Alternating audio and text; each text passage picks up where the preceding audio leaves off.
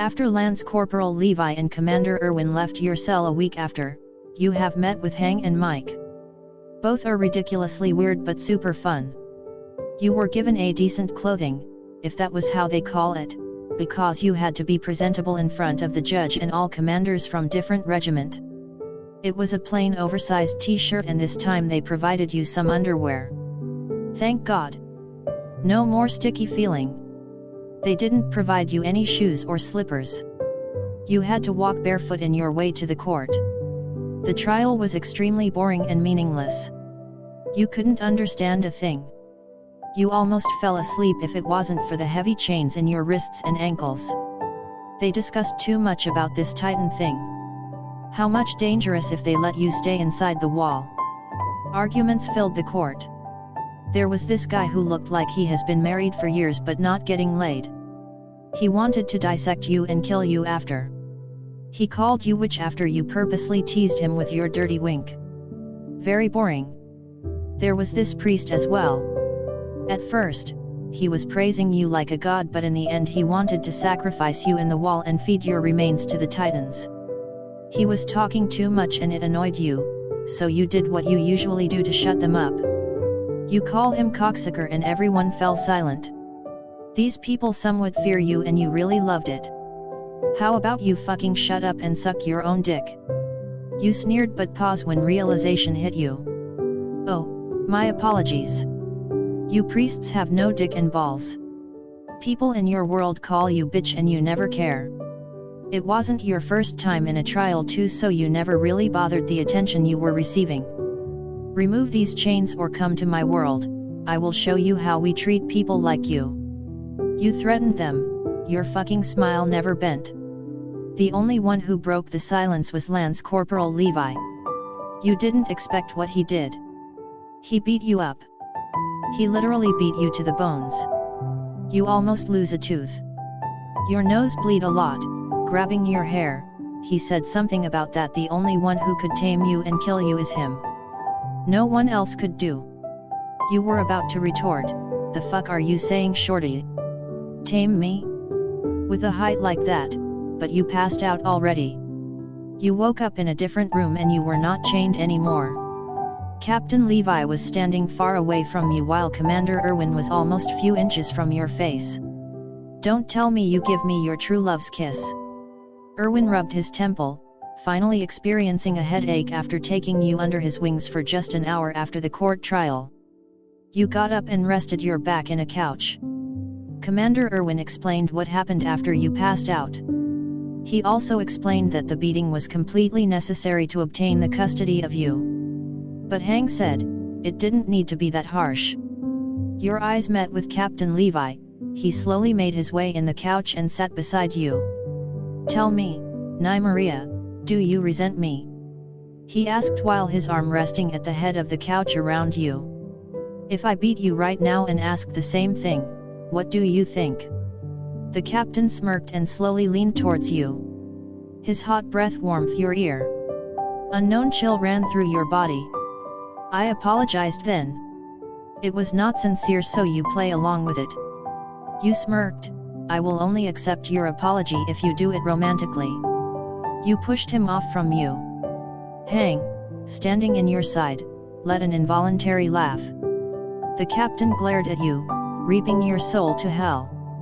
Just so you know, you could never tame me. Many people tried but failed. So good luck. You shrugged. Commander Irwin cleared his throat. We need your Titan ability. The scout needs someone like you. Strong enough to kill the Titans outside the wall. You don't even know what a Titan looks like and they are asking you to kill them. With a groan, you finally give in. Fine. Since I am stuck in this fantasy world, let's make this body helpful. You were given proper clothes this time. Like a uniform. But the only problem was you couldn't zip up the area in your chest. Your tits are way too big.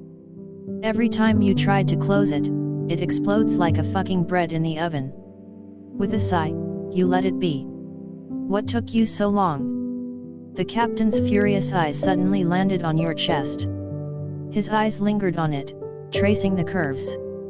The dark emitting aura around him seemed fade into thin air because of the scandalous view in front of him. You snapped your fingers in front of him saying, "Hey! My face is here." The captain, who quickly recovered, focused his eyes on you. You grinned when his breath became rapid. "Can't blame you though. All men are fond of bigger breasts." Captain Levi knitted his eyebrows, an irk mark appeared on his forehead. "I gave you enough time to do your shit." He paused to lift his eyebrow, motioning your open chest. "And that wasn't how they wear it." Annoyed, you grabbed your right breast and shamelessly squeezed it in front of him. "Blame my tits, sir. Not my fault. Tried to close it for how many damn times, didn't work." At the sudden action, Captain Levi forced to clench his jaw to control the unknown urge building inside him. Afraid that he will lose the composure, he quickly turned around and lazily raised his hand in defeat. With a sigh, he said, "Tisk fine. Wear a scarf or a rag, I don't fucking care. Just be there in a minute or you will scrub the floor." The captain started to question his life decision. Mostly for accepting the guardianship of you. Taming you might be a little too far from reality. "Can I borrow your cravat instead?" You yelled when Levi was almost at the exit. Should he just slice your nape and get himself a break? You grimaced as the short raven-haired captain completely ignored you. You looked down at your tits and cursed under your breath. After you managed to put some scarf around your neck, you have met with the squad Levi. The name reminded you of Taylor's squad. You really miss Earth. Electricity, internet, food, and power. But you couldn't lie, this world are occupying your mind with your liking. You were greeted by anyone but Petra was more enthusiastic about you joining the squad. You were given a horse, a male one. Petra informed you that the horse was quite special because he was a twin of Captain Levi's horse. Very muscular and beautiful. Better give him a name. Oluo encouraged you. You think for a moment, then you casually replied, "His name is Dickhead." You swore you saw his soul left his body as he turned pale. As for the rest of the squad member, Petra was pressing her cheeks with her hands, not used to any of your dick jokes. As for Levi, he was sending invisible daggers to you. You simply ignored them. The whole squad traveled for an hour. It was an agonizing 1-hour ride. Your vagina complained about the bumps and continuous torture of up and down. You were very sure that it will bruise. Meanwhile, Captain Levi was watching you as you kept grunting and swearing for 1 hour. He offered to take a break, but you immediately dismissed the idea, telling him that it was better to get it done fast than to extend your agony. After reaching the old and abandoned castle, you quickly got off from Dickhead and stretched your legs and back. "That was a hell of a ride," you exclaimed. "There's nothing to complain about. It was just 1-hour ride, nothing big deal," Levi said as he walked past you and went straight to Eld. "That would be a great problem," you heard him say. You frowned. Everything happened so fast, you end up holding a broom. Cleaning is never your thing. You have servants in your world and your super friendly Alexa to do your things. That shorty is pushing my limits. There wasn't even at least a vacuum. Petra started having goosebumps upon feeling sinister aura from you. She smiled nervously and called you out for a chit-chat. She slightly flinched as soon as you look at her.